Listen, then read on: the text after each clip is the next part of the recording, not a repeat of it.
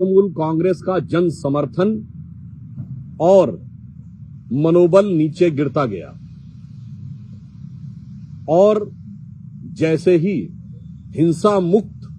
और शांतिपूर्ण चुनाव और मतदान संपन्न हो गया तो तृणमूल कांग्रेस के मन की अशांति और बेचैनी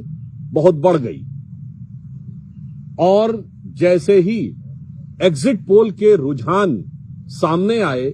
तो ऐसा लगने लगा कि उनका संतुलन भी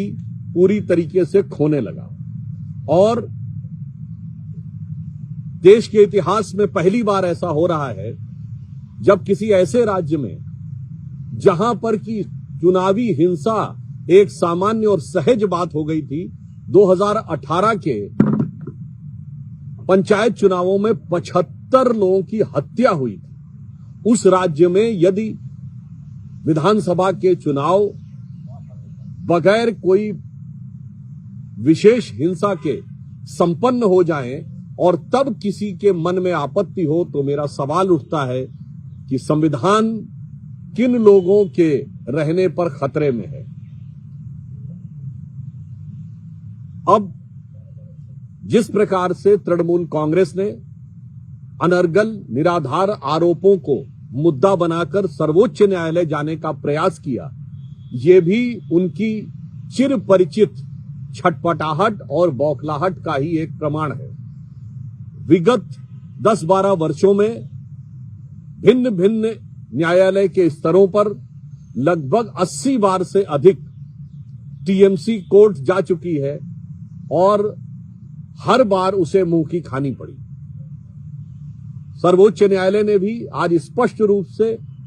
संवैधानिक दृष्टि से किसी चुनावी प्रक्रिया में हस्तक्षेप करने से की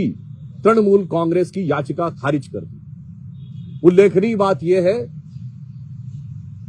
कि श्री रामलला विराजमान के खिलाफ बाबरी मस्जिद एक्शन कमेटी का केस लड़ने वाले तमाम आतंकवादियों के प्रति सहानुभूति रखने वाले और तृणमूल कांग्रेस के प्रति राजनीतिक रूप से अभिभूत रहने वाले श्री कपिल सिब्बल जी की याचिका आज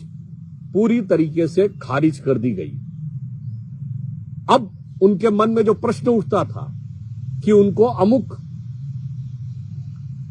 केंद्र सरकार के कर्मचारियों पर भरोसा नहीं है, राज्य सरकार के कर्मचारियों पर भरोसा है, तो मैं ममता जी से कहना चाहता हूं आज भरोसे का सवाल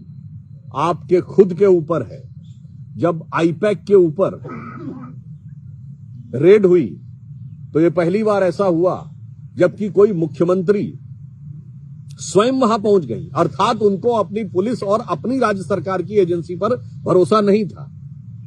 पॉइंट नंबर 2, वो वहां पर खुद अंदर गई, अर्थात उनको अपने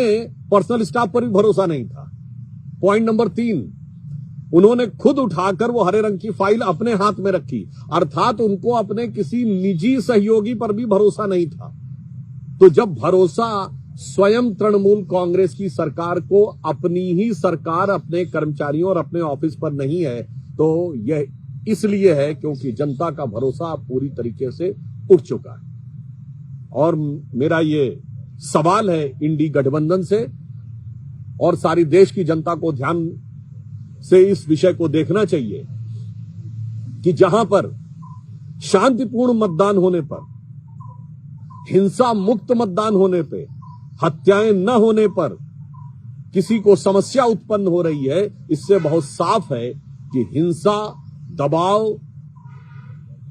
भय और आतंक के आधार के ऊपर जो सत्ता बनाने का प्रयास था वह आज पूरी तरीके से भरभराता जा रहा है और संवैधानिक उपकरणों का इस प्रकार से दुरुपयोग करना और संवैधानिक संस्थाओं में बार बार जाकर न्यायालय को इतनी बार जाना, मुझे लगता है कि यह न सिर्फ आपकी राजनीतिक हताशा को दर्शाता है बल्कि यह भी दर्शाता है कि संवैधानिक व्यवस्थाओं में आपकी आस्था नहीं है और उसका आप दुरुपयोग करना चाहते हैं। आज का जो सर्वोच्च न्यायालय का निर्णय है यह संवैधानिक दृष्टि से उपयुक्त और राजनैतिक और नैतिक दृष्टि से तृणमूल कांग्रेस के कि मंशा के ऊपर एक गहरा गंभीर सवालिया निशान है।